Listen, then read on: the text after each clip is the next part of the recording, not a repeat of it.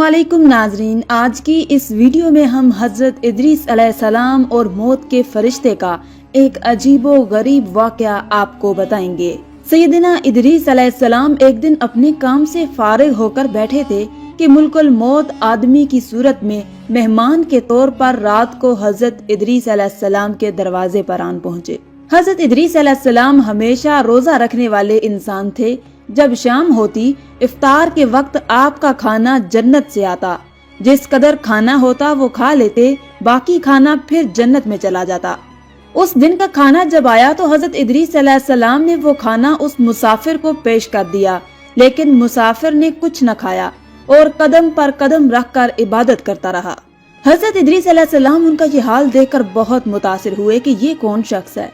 अगले दिन हजरत इदरीस अलैहिस्सलाम ने उनसे कहा कि ए मुसाफिर, तू मेरे साथ चलकर खुदा की कुदरत जंगल में जाकर देख। तब दोनों बुजुर्ग घर से जंगल की तरफ निकल पड़े। चलते चलते गेहूं के खेत में जा पहुँचे। मौत के फरिश्ते ने कहा कि चलो चंद गोशे गेहूं के लेकर दोनों खाते हैं। हजरत इदरीस अलैहिस्सलाम ने कहा कि अजीब बात है, रात को तूने हलाल खाना न खाया, अब हराम खाना चाहता है। अब वहाँ से ये दोनों बुजुर्ग एक दूसरे बाग में पहुँचे। वहाँ भी अंगूर को देखकर हजरत इजराइल अलैहिस्सलाम ने खाने का इरादा फरमाया। हजरत इदरीस अलैहिस्सलाम ने फरमाया कि गैर की मलकियत में तसर्रुफ हराम है। फिर जाते जाते एक बकरी देखकर हजरत इजराइल अलैहिस्सलाम ने खाने का इरादा किया तो हजरत इदरीस अलैहिस्सलाम ने कहा कि बेगाने की बकरी को ज़िबा करके खाना मना है। इसी तरह 3 रोज तक दोनों आपस में गुफ्तगू करते रहे। जब हजरत इदरीस अलैहिस्सलाम को लगा कि ये शख्स इंसान नहीं मालूम होता, ये कौन शख्स है, और फरमाया कि खुदा के वास्ते जाहिर तो कर कि तू कौन है। मुसाफिर ने कहा कि मैं इजराइल अलैहिस्सलाम हूँ। हजरत इदरीस अलैहिस्सलाम ने कहा कि सब मखलूकात की जान तुम ही निकालते हो। उन्होंने कहा जी हाँ। हजरत इदरीस अलैहिस्सलाम ने फरमाया कि शायद तुम मेरी जान कब्ज करने आए हो। उन्होंने कहा कि नहीं, मैं तो तुम्हारे साथ खुशतबई करने आया हूँ। हजरत इदरीस ने कहा कि 3 दिन से तू मेरे साथ है, क्या इस वक्त भी तूने किसी की जान कब्ज की है? वो बोले, तमाम रूहों को कब्ज करना हमारे हाथ में ऐसे है जैसे तुम्हारे दोनों हाथों के नीचे रोटी रखी हुई हो।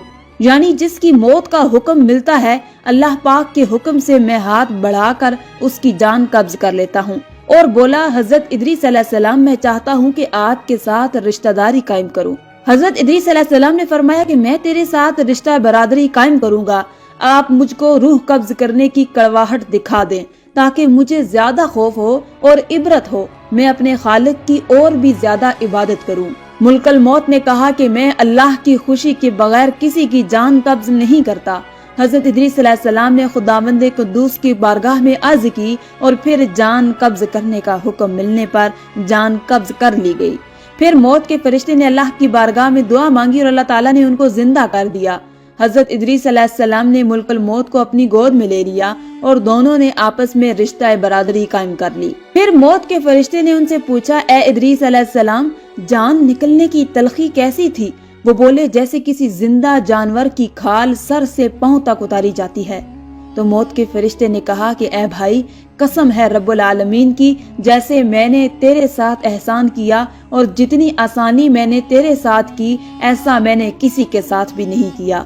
हजरत इदरीस अलैहिस्सलाम ने फरमाया, ए भाई, मुझे दोज़ख के दरवाजे तक ले चल ताकि उसको देखकर मुझे खौफे इलाही ज्यादा हो, ताकि मैं ज्यादा इबादत और बंदगी करूं।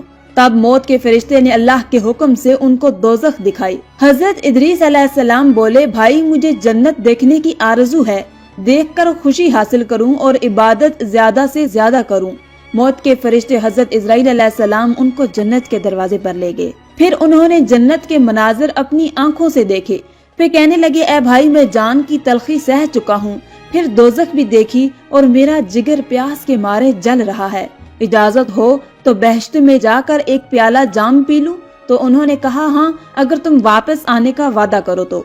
शायद प्यास की वजह से हजरत इदरीस अलैहिस्सलाम ने वापस आने का वादा कर लिया और अल्लाह ताला के हुक्म से अपनी जूतियां दरख्त तूबा के नीचे छोड़कर बहिश्त में दाखिल हो गए, क्योंकि बाहर आने का वादा किया था और नालैन को भी दरख्त के नीचे छोड़ आए थे।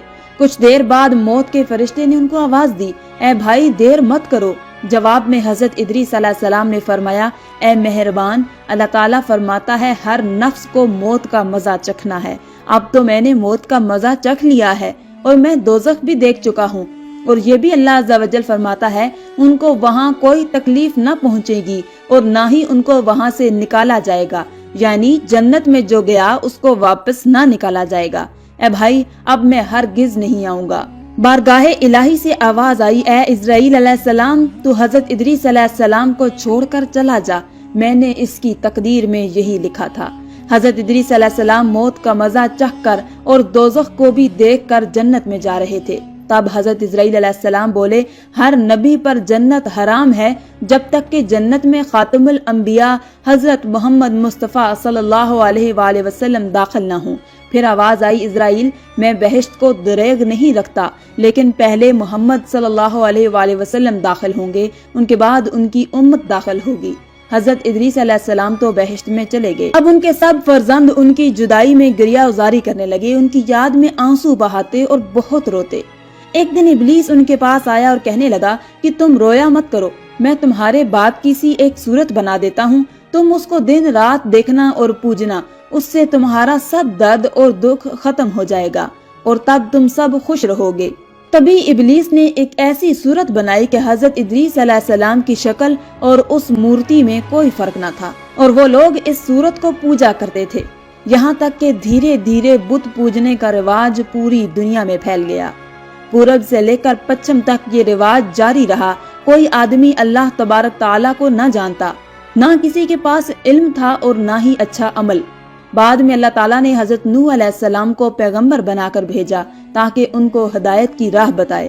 آخر میں اللہ رب العزت سے دعا ہے کہ اللہ تعالیٰ ہمیں نیک اعمال کرنے اور برائی سے بچنے کی توفیق عطا فرمائے، آمین یا رب العالمین۔